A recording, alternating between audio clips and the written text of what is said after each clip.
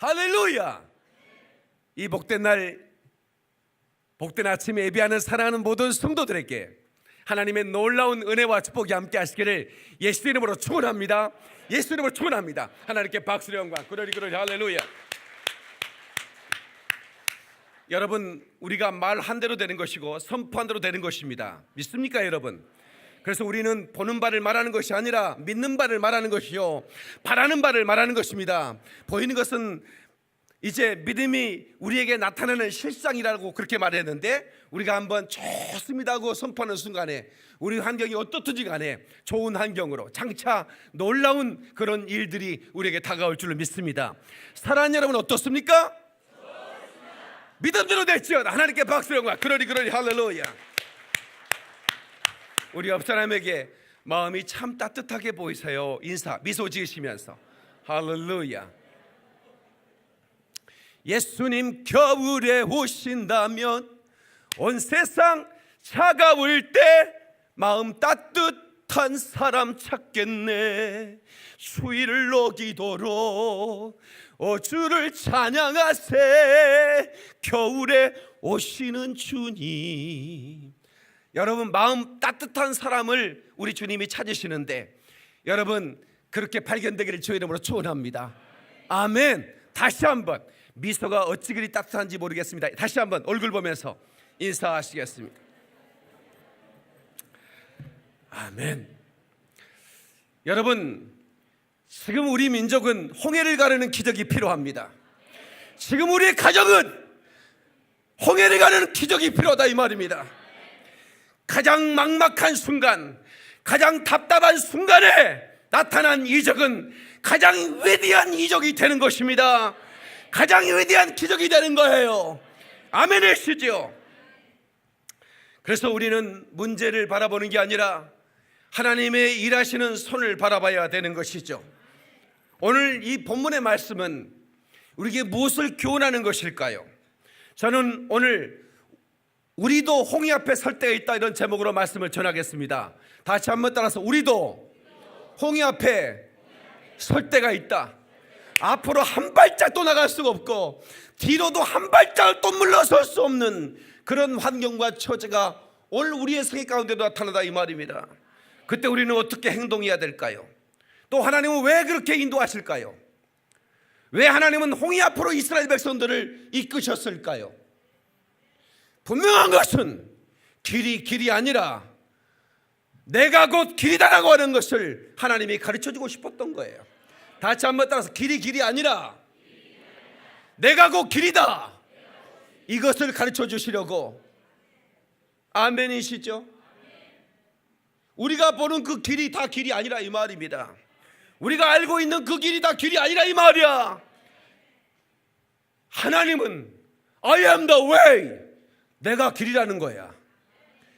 나를 따르라는 겁니다. 두려워하지 말고, 놀라지 말고, 마음을 담대히 하고 마음을 강건하게 하여 나를 따르라는 겁니다.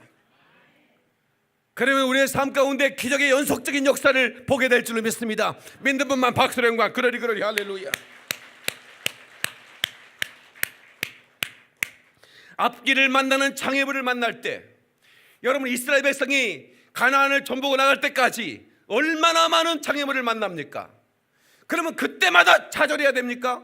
그때마다 포기하고 원망해야 됩니까? 그래서 가장 먼저 출애굽을 한 그 이스라엘 백성에게 보여주고 싶었던 하나님의 사인이 뭐냐? 내가 길이라는 거야. 네가 답답한 일을 만날 때마다 항상 네가 생각해야 될 것은 하나님의 인도를 받아야 된다는 거죠.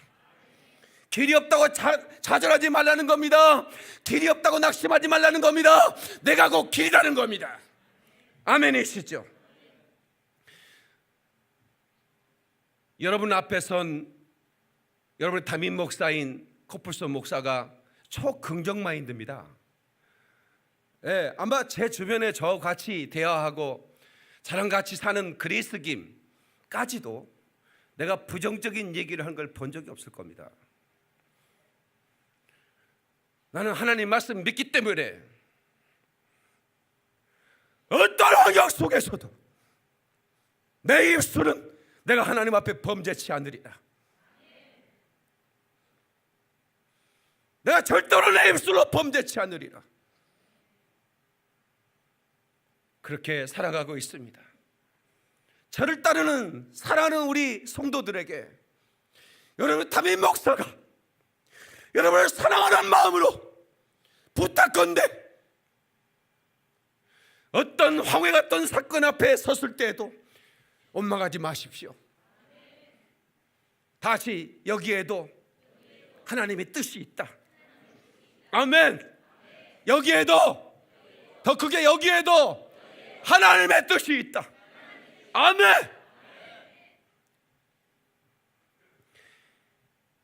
여러분, 이 홍해 이야기는 단순히 모세와 이스라엘 백성들만의 얘기가 아닙니다.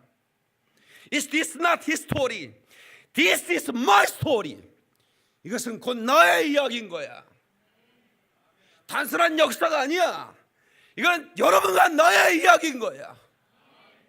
여러분이 인생을 살아갈 때, 홍해와 같은 일을 만날 때 이렇게 행동하라고 하는 아주 중요한 교훈을 오늘 이 시간에 주는 겁니다. 오늘 우리 사랑하는 성도들뿐만 아니라 이 방송을 텔레비전으로 청취하는 모든 성도들, 유튜브로 청취하는 모든 성도들에게도 하나님이 내게 말씀하셨다라고 하는 말씀을 귀 기울여 들으시고 믿음으로 소유하시고, 그리고 이 말씀 붙들고 여러분 앞에 있는 홍해를 가르며 천국까지 가시기 주의 이름으로 축원합니다. 깨닫는 박수 영광. 그러리 할렐루야. 사실 이것은 3893년 전에 있었던 일입니다. 지금으로부터. 근데 이 출애굽 사건은 예수의 피에 대한 이 은혜를 간과해서는 안 된다고 하는 것. 패스오버라고 하는 날, 6월절이죠. 뭐가 지나갔길래 패스오버라고 했을까요? 저주가 지나갔다는 거야. 고센 땅, 애굽의 고센 땅에 이스라엘 백성들이 거했습니다. 모세가 너희가 어린 양을 취하여 그것을 피를 문설주에 바르고 다리를 꺾지 말고, 그리고 누룩을 넣지 않은 떡을 만들어 너희가 먹되 아침까지 먹어라. 만약에 다 못 먹었으면 다 풀어 태우라. 이 사인이 왜 이루어졌을까요? 문설주에 피를 바르는 그 인방, 그 문설주 인방에 피를 바른 가정은 모든 저주가 패스오버 됐다는 겁니다.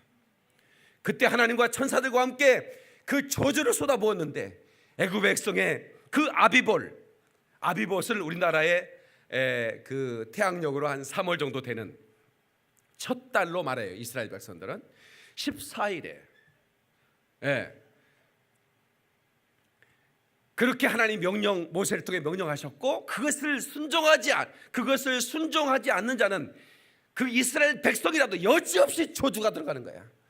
그래서 장자가 죽는, 그래서 그 밤 아비볼 첫 달 14일 밤 그 통곡 소리가 애국의 곳곳마다 들렸는데, 왕국에 있는 바로의 자식도 장자가 죽어갔고, 저 감옥에 있는 그런 곳에 있는 그 자식도 이건 여지없이 저주가 들어가면서 장자가 죽어가는 통곡 소리가 들렸다 이 말이에요. 그때 애굽의 왕은 모세와 아론을 불러서 사정을 하기 시작했습니다. 제발 좀 나가다오. 제발 좀 떠나다오. 그렇게 완악하던 바로가 10번씩 재앙을 쏟아부었어도 끝나고 말하면 다시 또 완악해졌던 그 바로가 사정을 하면서 떠나라고 하는 겁니다.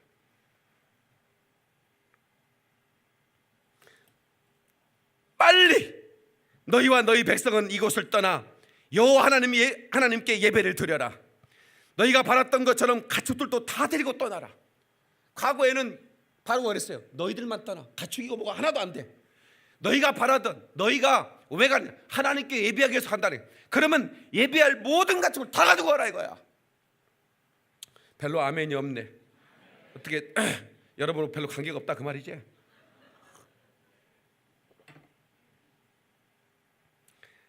여러분, 그것뿐만 아닙니다. 이제 그 배굽의 백성들이 또 난리가 났어요. 바로만 긴장한 게 아닙니다. 그 애굽의 백성들이 막 금은보화를 주면서 빨리 떠나달라고, 우리 백성들 전멸하게 됐다고 말이야. 그래가지고 430년 동안 종살이하던 품삯을 다 가지고 떠난 걸 믿으시기 바랍니다. 하나님을 믿는 자는 절대로 여러분 공짜가 없는 거야. 하나님이 반드시 취하게 만드시는 겁니다. 아멘이시죠? 성도 여러분, 오늘 저와 여러분들이 과거에는 마귀의 종살이였습니다. 마귀의 노예였습니다. 이스라엘 백성들이 애굽의 노예였던 것처럼 그들의 그 시키는 대로 그들의 무덤을 만들고 그들이 그 알 궁을 만들면서 태어나면서 죽을 때까지 노예로 살았던, 그래도 그들이 생육하고 번성하는 하나님 명령 앞에서 번성하기 시작하자 그들이 산파를 보내서 아들이면 죽이라고 그런 명령을 내려서 그 이스라엘 백성의 번성을 막으려 했지만, 그런 속담에서 애굽의 산파가 도착하기 전에 애굽 이스라엘 백성들은 놀라운 능력이 있다고, 그냥 진통 시작하자마자 아기를 낳아가지고 도착했는데 벌써 아기가 나와서 어디 가버렸다고 그렇게 보고를 하는 거예요. 왜냐하면 이게 나가지고 애굽의 산파가 도착할 때 아들이면 그 자리에서 죽여버리니까. 어떻든 이 엄마가 그냥 막 힘을 줘가지고 그냥 빼내버리는 거야. 아마 그 남편이 그냥 손을 집어넣어서 다리를 자꾸 빼야 되는지도 몰라. 그렇게 고통스러운 삶을 살았던 저희들이 하나님께 부르짖을 때 하나님 모세를 보내서 그들을 이제 출애굽시키는 놀라운 역사가 일어나기 시작했어요. 그게 바로 오늘의 본문입니다. 그런데 말입니다, 이스라엘 백성들이 출애굽에서 바로 지중해를 향해서 그대로 가나안으로 가면, 지금 그들은 목표가 가나안이에요. 왜냐하면 거기에 아브라함이 그 하나님으로부터 갈 바를 알지 못하고 갔던 그 하나님이 이끄신 그 땅 아닙니까? 요셉도 부탁을 했어요. 후손들에게 내가 이제 죽을 텐데 너희들이 이 땅을 떠날 때 내 유골을 좀 가져다가 가나안에 좀 묻어달라고. 그러니까 이제 요셉이 유골도 다 도로 싼 거예요. 그래가지고 이제 가는데 하나님이 열 사나흘이면, 다시 말하면 좀 빠른 걸음이 열흘, 애들이나 뭐 오리까지 몰고 다니니까 그 얼마나 많은 짐승이 있어요. 그러니까 막 시속 한 보통 정상적인 사람은 시속 4km 정도 가잖아요. 이게 시속 4km가 안 돼. 막 지고 끌고 이고 막 하니까 한 시속 2km 정도 된다고 했을 때 열 사나흘. 그래서 하루면 20km는 달리잖아요. 아무리 늦어도, 그렇죠? 10시간은 걸을 수 있으니까, 밤에는 쉰다고 해도. 그래 봐야 그렇게 갈 수 있는 그런 거리인데 하나님이 그것을 인도하지 않고 홍해로 인도했다 이 말이야. 왜 그랬을까? 자, 여기서 주는 또 하나의 교훈입니다. 다 같이, 하나님의 사람들은 뒤로 물러가는 것을 선택하지 않는다. 아멘. 자, 출애굽기 13장 17절을 보겠습니다. 출애굽기 13장 17절 본문 이전에, 자, 출애굽기 13장 17절 바로가 시작. 바로가 백성을 보낸 후에 블레셋 사람의 땅의 길은 가까울지라도 하나님이 그들을 그 길로 인도하지 아니하였으니 이는 하나님의 말씀하시기를 이 백성이 전쟁을 하게 되면 마음을 돌이켜 애굽으로 돌아갈까 하셨습니다. 잘 보세요. 블레셋 사람이 쉽게 통과하게 만들까요? 아니 가다가 자기 나라 먹어버리면 어떡해?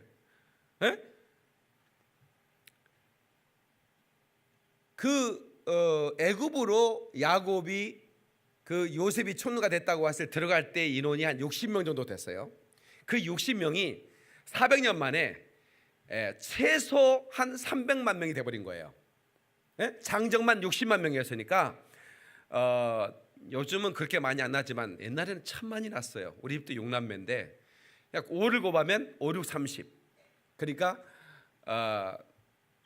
300만 명 정도 이렇게 예상을 하고, 성서학자들은 최소 300에다가 600만 명 정도는 됐을 거라고 얘기를 합니다. 근데 그 많은 인구가 이동을 하는데 블레셋이 그걸 통과시켜 주겠냐고. 전쟁을 한판 벌여야 되는 거예요. 그러면 아니 이제 걸어가 일주일 만에 블레셋 땅에 거하니까 거기 이제 통과해야 가나안이니까 전쟁이 붙을 거 아닙니까? 그러면 돌아가자. 우리가 전쟁이야. 애굽에 무덤이 없냐? 왜 여기서 우리가 죽어야 되냐? 칼마다가 이래가도 다 가버린다 이 말이야. 그래서 하나님이 물러가지 못하도록 하기 위해서 홍해의 길로 인도했다라고 하는 거예요. 아멘이시죠? 누가복음 9장 62절에 예수께서 이르시되 손에 쟁기를 잡고 뒤를 돌아보는 자는 하나님의 나라에 합당치 아니하니라. 한번 더 합시다. 손에 쟁기를 잡고 뒤를 돌아보는 자는 하나님 나라에 합당치 않는다. 여러분 지금 쟁기가 뭔지 모르는 사람 손 들어보세요. 아니다. 쑥스러운 아는 사람만 손 들어보세요.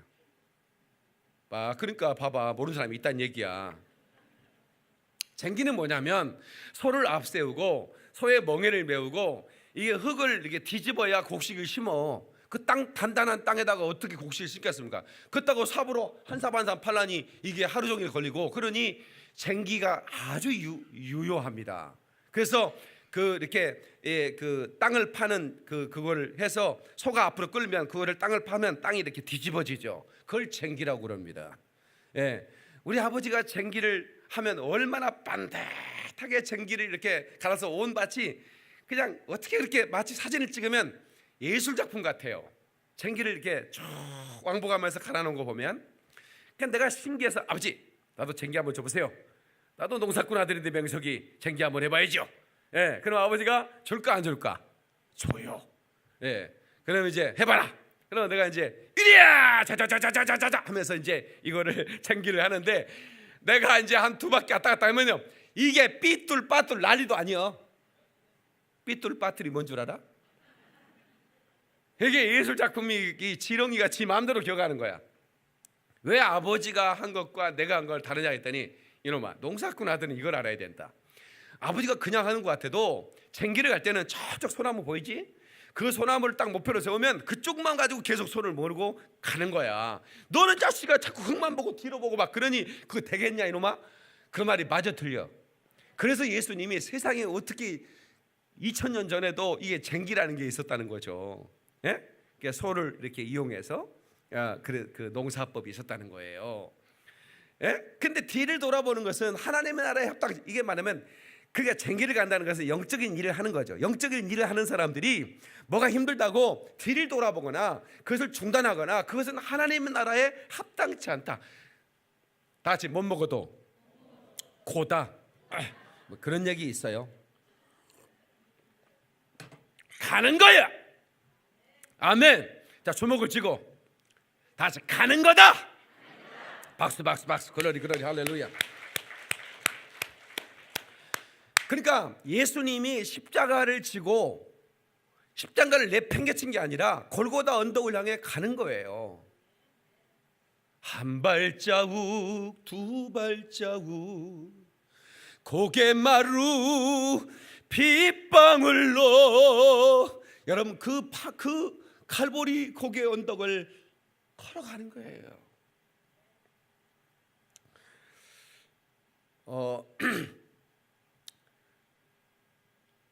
과거에 이스라엘 백성들이 블레셋과 자꾸 싸웠어요. 여기도 지금 블레셋이 무서워. 이게 이스라엘 백성 과거에 전승을 다 들었거든. 언제나 그 골리앗도 그 블레셋의 장수였고, 그 이제 블레셋이 자꾸 쳐들어오는 거예요. 그래서 이제 그 이스라엘 백성들은 그 사람들은 철기 문화로 이렇게 무장을 했고, 그 사람들은 농사짓다가 그걸 대전 낫이나 뭐 꽃갱이 같은 거 나가는 싸움이 되겠습니까? 안 되는 거예요. 전력도 안 되고 군사 훈련도 제대로 안 되고. 그러니까 이 블레셋이 자꾸 괴롭히는 거예요. 근데 사실은 가나안 땅을 그 여호수아가 정복했을 때 그 남은 잔당들, 그러니까 견고한 진이라고 했는데 아주 견고한 땅을 마지막까지 다 정복하지 못하고 그냥 같이 살아버린 거예요. 근데 그것들이 바로 그런 어떤 견고한 그것들이 끝까지 이스라엘 옆에서 또 안에서 괴롭히는 거죠. 예. 그런데 이스라엘 백성들은 하나님이 싸우신다고 믿기 때문에 법궤를 가지고 나가 싸웠다고요. 그때 한나가 그 성전에서 답답해서 그 분인나가 그 한나의 마음을 격동시켜서 아들 달라고 기도할 때 그 제사장이 누구였어요? 네? 엘리 제사장이었죠. 근데 엘리에게는 아들들이 있었어요. 예. 근데 그때 당시 그러니까 제사장의 아들은 또 제사장이죠. 세습이 됐으니까. 그러니까 이것들이 그냥 하나님이 그 도우실 거라고 그냥 그거를 법궤를 가지고 나갔는데 이게 엔진입니까? 전쟁도 패하고 법궤도 뺏겨버렸어. 그러니까 이 이스라엘의 백성들이 우상을 섬기고 완전히 하나님을 떠나 살면서 그래도 하나님이 도울 거라고 그냥 가지고 갔는데 뺏겨버렸다 이 말이야.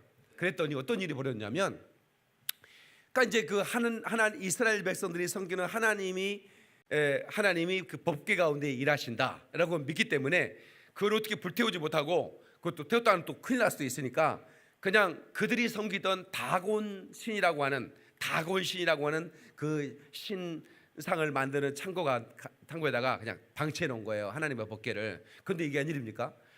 아니 그 다곤 신당에 있는 모든 신상들이 목이 잘리고 막 팔이 잘리고 막 다 깨져버리고 난리가 난 거야.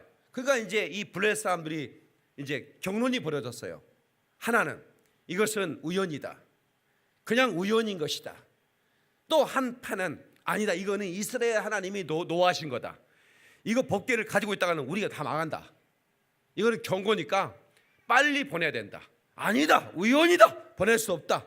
그러나 이제 자존심이 허락하지 못하는 거예요. 왜냐하면 다곤 신을 섬기는 그런 나라가 어떻게 그 여호와 하나님이 자기의 신상을 다 부쉈다는 것을 인정하고 싶지 않은 거죠. 그래서 두 파가 결론이 됐으니까 그럼 좋다, 어떻게 할 건가?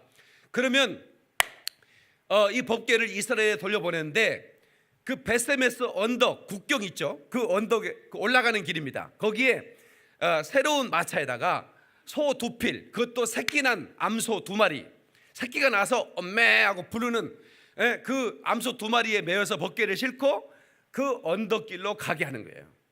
만약에 이 소가 새끼의 송아지의 음성을 듣고 뒤를 돌아보거나 아니면 딴 길로 가면, 그 길로 가는데 딴 길로 길이 많잖아요. 딴 길로 가면 이건 하나님이 한 일이 아니다. 아주 완벽하고 치밀한 계획을 세워서 하나님이 저주한 게 아니라고 하는 것을 이제 보여주기 위해서 그렇게 한 거예요.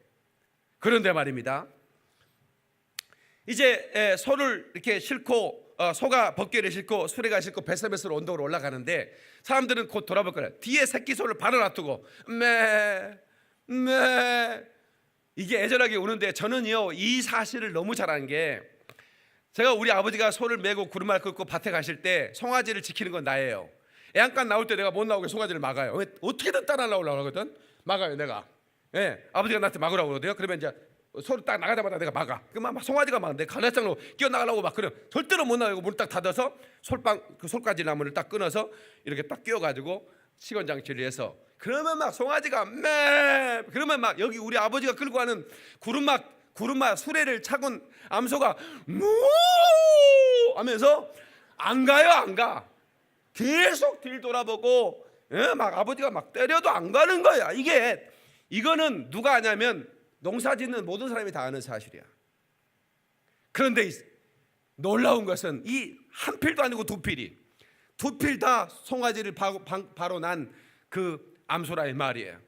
그런데 뒤를 돌아보지 않고 송아지가 울어대도 그 길로, 그 언덕, 국경을 넘는 길이가 굉장히 먼 길입니다.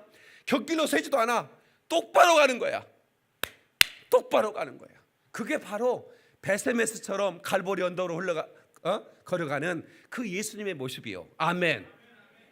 그게 바로 홍해를 가르고 그 마른 길을 걷던 그 모세와 백성들의 모습 아니겠습니까, 여러분? 가렵니다 베세메스로 가렵니다. 벳세메스로 가렵니다. 벳세메스로. 그 어린 송아지가 우는데 그 암소가 뒤를 돌아보지 않는다는 것은 이거 정말 놀라운 겁니다. 어린 송아지 울어대도 가렵니다. 벳세메스로.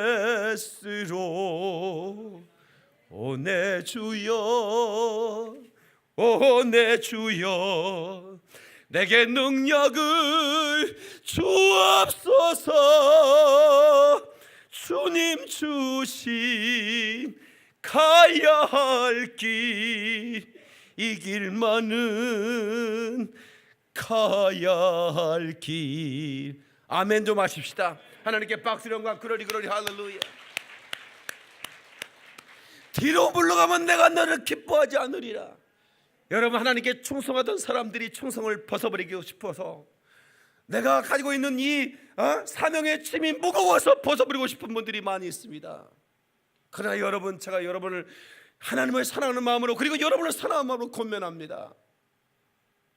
하나님은 예수님처럼 벳세메스로 올라가는 이 암소들처럼 한 발자국 두 발자국 걸어가는 거예요. 우리 앞에 놓인 홍해가 시퍼런 홍해가 시퍼런 홍해인데 그 홍해의 별명은 레드씨, 붉은 바다라고 그래. 그게 앞을 촥 가로막고 있지만 가야 되는 거죠. 아멘이십니까? 옆 사람한테 절대로 뒤돌아보면 안 된다고 인사 좀 해주세요. 또 다른 사람한테 다시는 뒤돌아보지 말라고 인사하세요.